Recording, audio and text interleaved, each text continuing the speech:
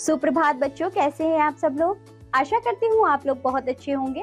मैं हूँ आपकी हिंदी की अध्यापिका। आज हम पढ़ेंगे पाठ नंबर 4 जिसका नाम है दया की देवी मदर टेरेसा। तो बच्चों, मदर टेरेसा को दया की देवी क्यों कहा जाता है, आइए इसे पढ़ते हैं। सन 1979 में नोबेल पुरस्कारों की घोषणा। शांति के लिए पुरस्कार मिला एक भारतीय महिला को, नाम मदर टेरेसा।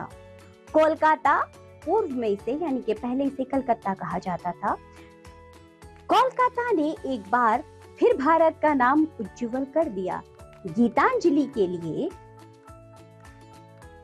नोबेल पुरस्कार पाने वाले गुरुदेव रविंद्रनाथ टैगोर, पदार्थ विज्ञान में पुरस्कार पाने वाले सुप्रसिद्ध वैज्ञानिक चंद्रशेखर वेंकटरमन, चिकित्सा विज्ञान में पुरस्कार पाने वाले सर रोनाल्ड रोज और शांति के लिए पुरस्कार पाने वाली मदर टेरेसा, सभी की कार्यस्त्री कोलकाता ही रहा। मदर टेरेसा का जन्म 27 अगस्त 1910 को वर्तमान मैसिडोनिया की राजधानी स्कोप्ये में हुआ था। मैसिडोनिया उस समय यूगोस्लाविया का भाग हुआ करता था। माता पिता ने नाम रखा एग्नेस गोन्सा बोजाक्सियो, लघु नाम एग्नेस, हिंदी नाम अग्नि से सामने रखता हुआ। हृदय में विश्व भर के दीन दुखियों के लिए एक प्रेमाग्नि प्रज्वलित थी। उन्होंने यौवन के उषा काल में भी मिशनरी बनने का स्वप्न संजोया था। 18 वर्ष की अवस्था में जब लड़कियां परिलोक से आने वाले राजकुमार के सुनहले स्वप्न देखती हैं, एग्नेस ने धार्मिक जीवन अपना लिया और नया नाम धारण किया, टेरेसा। नन बनने के बाद वे कोलकाता के सेंट मार्गरेट स्कूल में भूगोल की अध्यापिका हो गई। 20 वर्ष तक जीवन के एक ही ढर्रे पर चलता रहा। अध्यापिका से उसी स्कूल की प्रधानाध्यापिका हो गई।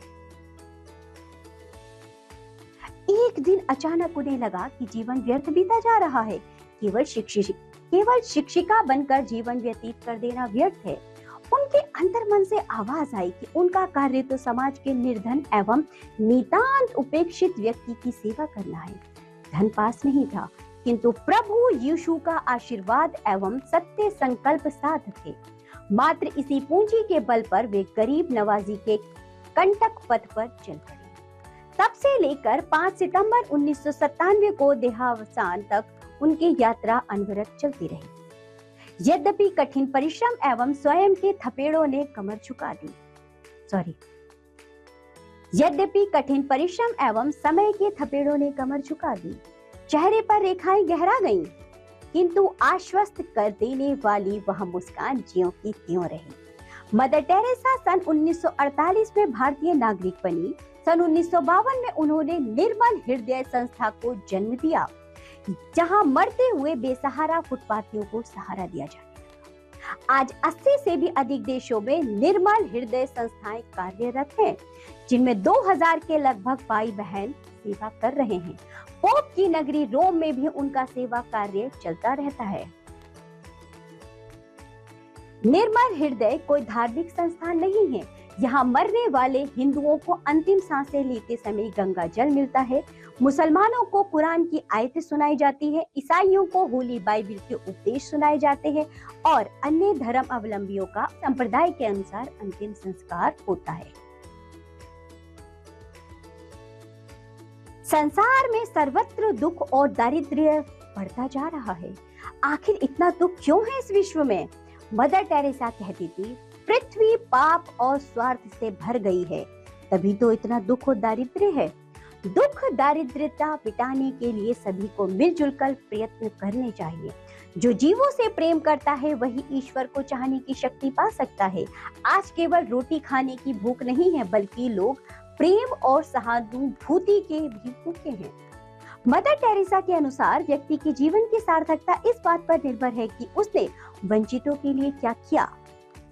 जैसे भगवान सभी को चाहते हैं, वैसे ही हमारी चाह भी व्यापक होनी चाहिए। क्या हम सड़क पर चलते हुए अकिंचन व्यक्ति को पहचानते हैं? यदि नहीं, तो हमें अपनी आंखें खोलनी होंगी। दुखियों की सेवा ही जीवन की सार्थकता, उसका उद्देश्य होना चाहिए।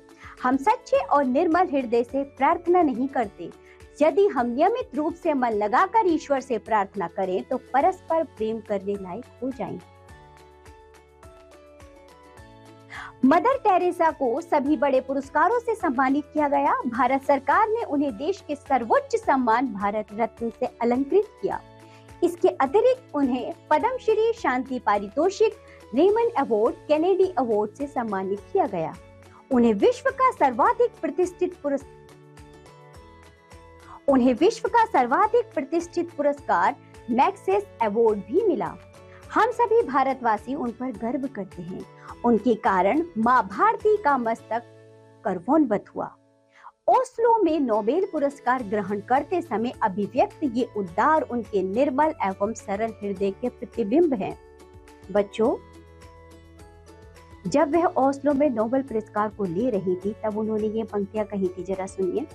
हे प्रभु, मुझे अपनी शांति का प्रवाह बना दो। जहां घृणा है वहां मैं प्यार ला सकूं, जहां संघर्ष है वहां मैं सामंजस्य ला सकूं, जहां पाखंड है वहां मैं सत्य फैला सकूं, जहां निराशा है वहां मैं आशा दीप जला सकूं। तो बच्चों, इन्हीं पंक्तियों के साथ ये पाठ होता है यहाँ समाप्त। आज हमने पढ़ी मदर टेरेसा की कहानी। हमने जाना बच्चों उन्होंने किस प्रकार शांति के लिए कार्य किया था, किस तरह वे दीन दुखियों की बच्चों सहायता करती थी। और भारत में ही नहीं, अन्य देशों में भी निर्मल हृदय नाम की संस्थाएं चलाई जाती हैं जो कि बच्चों धर्म से परे है। तो इस पाठ से हमें क्या शिक्षा मिलती है बच्चों, कि हमें भी अपने जीवन का सदुपयोग करना चाहिए और दीन दुखियों की सहायता करनी चाहिए। तो चलिए बच्चों, इसी के साथ ये पाठ होता है यहाँ समाप्त। आज आपको जो भी पढ़ाया गया है उस वीडियो को अच्छे से देखिए, इससे अच्छी शिक्षा ग्रहण करिए। अब हम मिलेंगे आपसे अगली कक्षा में, तब तक के लिए बाय बच्चों।